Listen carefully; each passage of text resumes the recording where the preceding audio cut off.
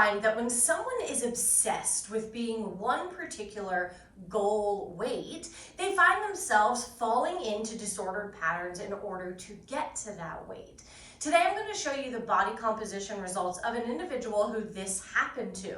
This person was really focused on being one particular weight because she had been there at a time earlier in life, and when she Googled online, it's what she was told was her ideal weight.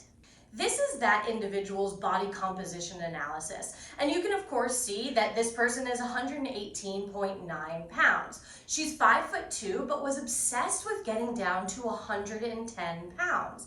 And the reason she was so hung up on that number is because of what I mentioned a second ago, that she had been at that number earlier in her life, but also when she Googled ideal body weight for someone who's 5'2", it was 110 pounds. Now, in this effort to try to get to that 110 pounds, she found herself trying a slew of different things nutritionally. She tried cutting out different food groups. She tried decreasing calories really, really low. She tried doing vegan for a while. Not that there's anything wrong with going vegan, but she thought that maybe it would help her lose weight. And it got to the point where she was obsessing over food. She was also obsessing over exercise. She started ramping up exercise, way over exercising, and by the time she came in to see us at this 118-ish pounds, we found that she was way over exercising, doing a ton of cardio, and way under eating. The other thing to note about this person is she had been weighing herself obsessively. What she found is that she would step on the scale multiple times throughout the day and then change her food intake based on what she saw on the scale. So for example, if she stepped on the scale and she saw that it was up a little bit, then at lunch, she would choose to either not eat or eat something really light, like just some salad with no dressing or something along those lines. So of course you can see here on the body composition that again, she's 5'2", 118.9 pounds, but what I want to point out is the muscle mass and the fat mass.